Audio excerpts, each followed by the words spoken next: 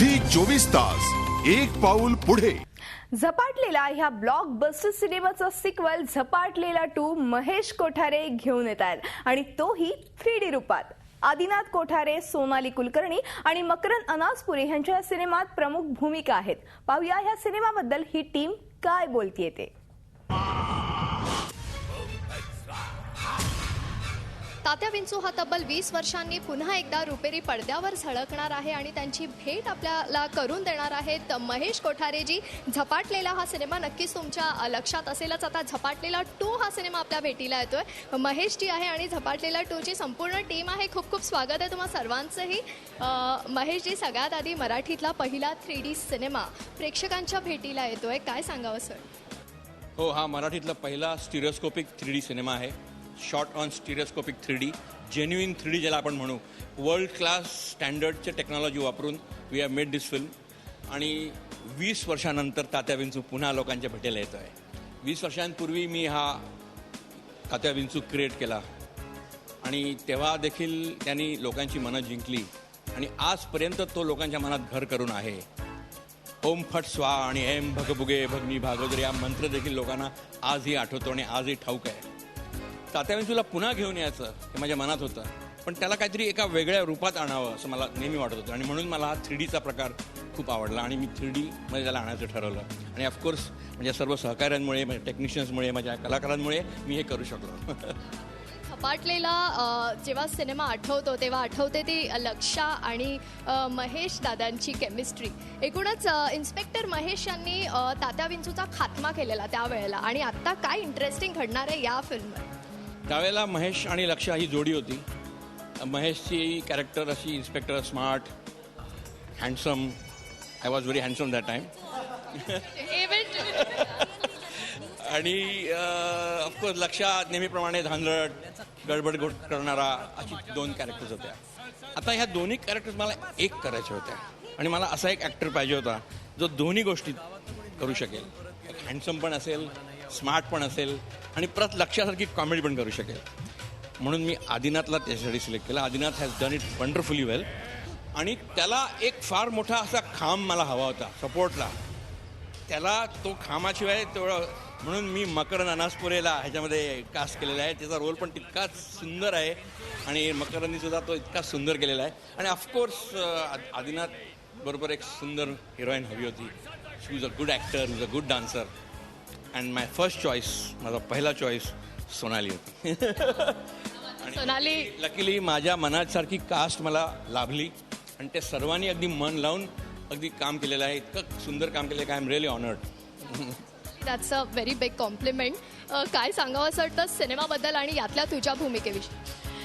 सिनेमाबद्दल म्हणजे it's a brand. झपाटलेला 2 जेव्हा आपण ऐकतो तेव्हा आपल्याला त्या सगळ्या गोष्टी, एक ब्लॉकबस्टर हिट सिनेमा, आम्ही लहान असताना आलेला एकदम तुफान सिनेमा जो अजूनही इतक्या वर्षांनी आमच्या लक्षात आहे, असा सिनेमा जेव्हा परत एकदा येतो आणि अशा ब्रँडचा एक हिस्सा व्हायला आपल्याला एक संधी मिळते, तेव्हा ती संधी अशी ग्रॅब करावीशी वाटते. आणि त्यावेळेला माझ्या डेटचा खूप प्रॉब्लेम झाला होता, पण मला काही करून ही फिल्म सोडायची नव्हती, कारण I wanted to be a part of this beautiful film. आणि द होल टीम आणि महेश सरांबरोबर माझी खूप चांगली केमिस्ट्री झाली होती when we were doing a show together, reality show.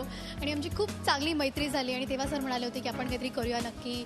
आणि इमिजिएटली सरांनी मला या फिल्मसाठी विचारलं.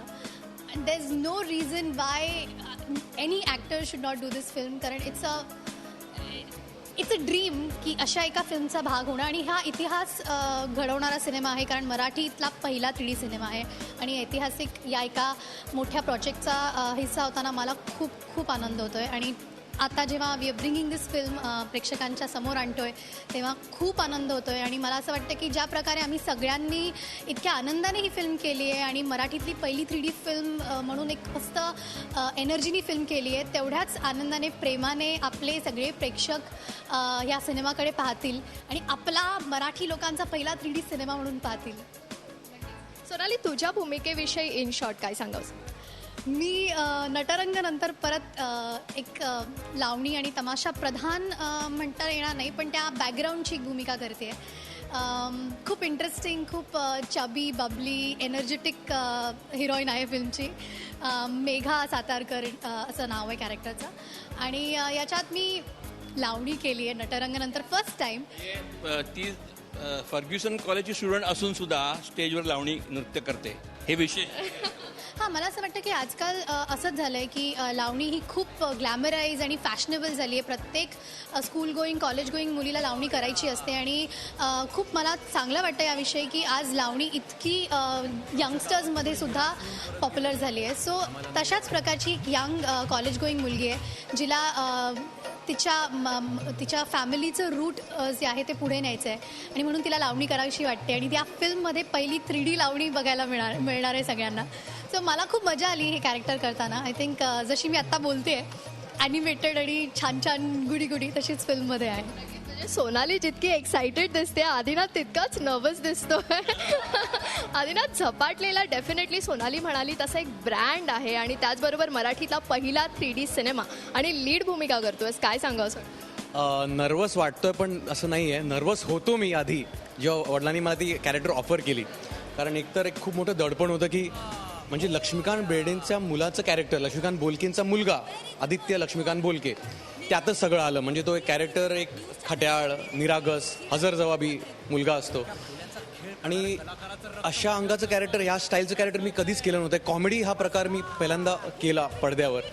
तर त्यासाठी अर्थातच खूप अभ्यास करावा लागला, विशेष प्रयत्न करावा लागला एक. आणि महेश कोठारेंचं मार्गदर्शन होतंच माझ्या पाठीशी, तर तसं काही टेन्शन नव्हतं. पण बेस त्यामुळे एक बॉडी लँग्वेजचं इतकं टेन्शन नव्हतं. पण तरी पण होतंच दडपण, कारण ऑडियन्सची एक्सपेक्टेशन तेवढी असणार की लक्ष्मीकांत बेर्डेचा मुलगा, तर लक्ष्मीकांत बेर्डे, लक्ष्मीकांत बोलके हे कॅरेक्टर फिल्ममध्ये असेल नसेल त्यांचे एक्सपेक्टेशन्स आणि मला ते पूर्ण करायचे एक्सपेक्टेशन्स, तर ते प्रेशर होतं आहे अजून इनफॅक्ट. आता बघूया, आम्ही मनापासून प्रयत्न केला आहे आणि मेहनत घेतली आहे.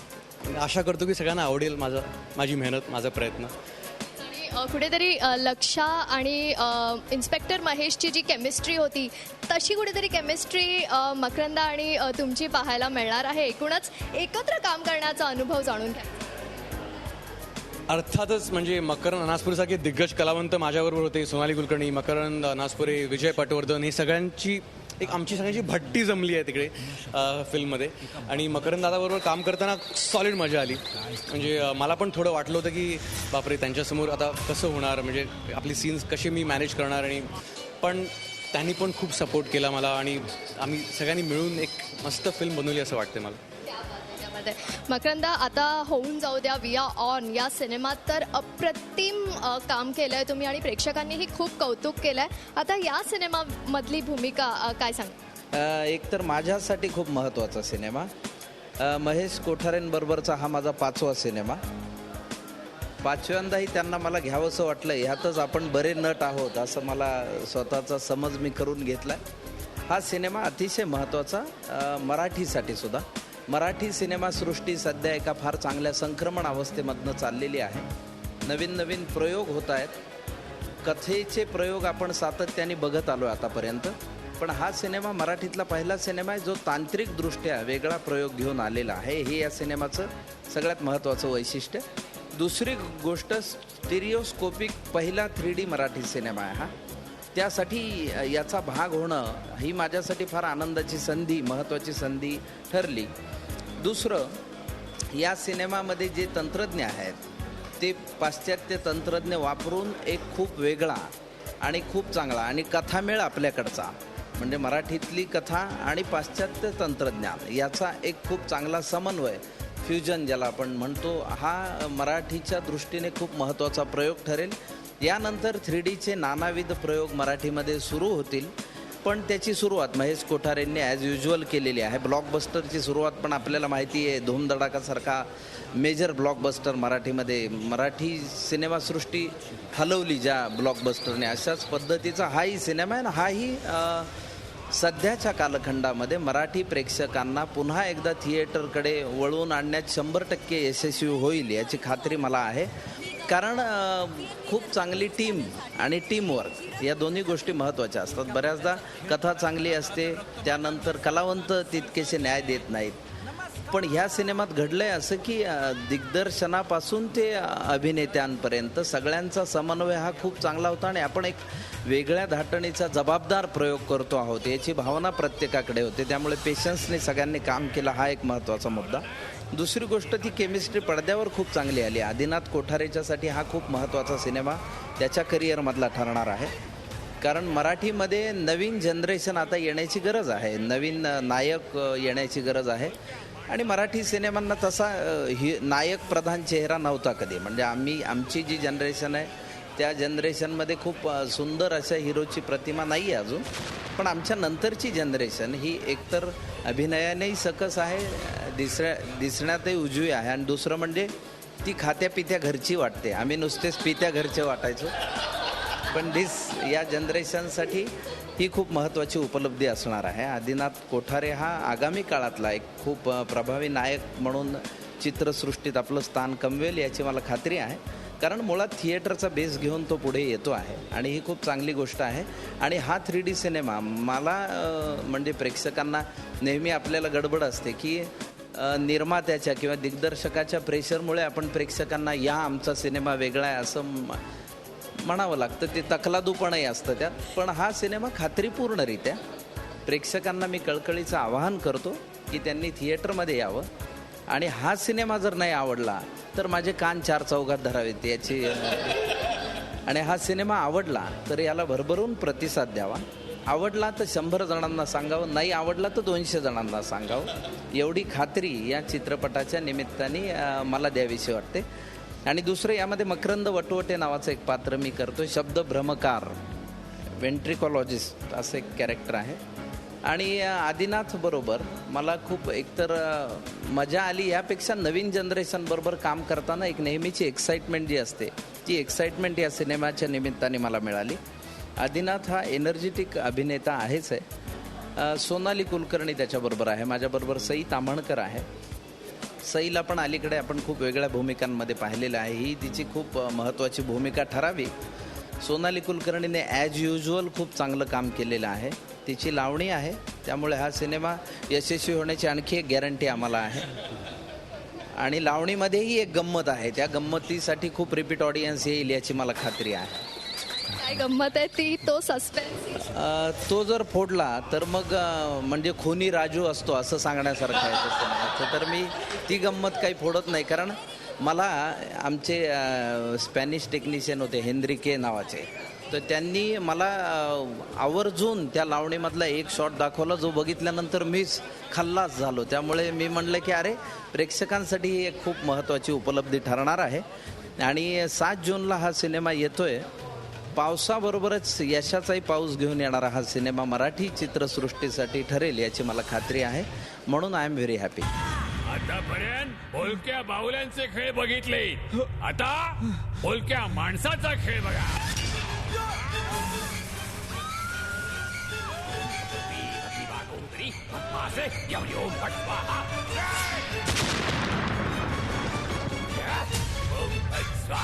मकरंदा, जसं तुम्ही म्हटलं की महेश कोठारे यांनी अनेकदा मराठी चित्रपटसृष्टीत क्रांती आणलेली आहे आणि त्यांच्याकडूनच आता चित्रपटसृष्टीलाही 100 वर्ष पूर्ण होत आहेत. त्यामुळे एक वेगळी एक प्रकारचं गिफ्ट आहे की मराठीतला पहिला 3D सिनेमा प्रेक्षकांच्या भेटीला येतोय. खूप खूप धन्यवाद आमच्याशी इतक्या आपुलकीने तुम्ही सगळेजण बोललात आणि या फिल्मसाठी तुम्हाला ऑल द बेस्ट. झी 24 तास, एक पाऊल पुढे.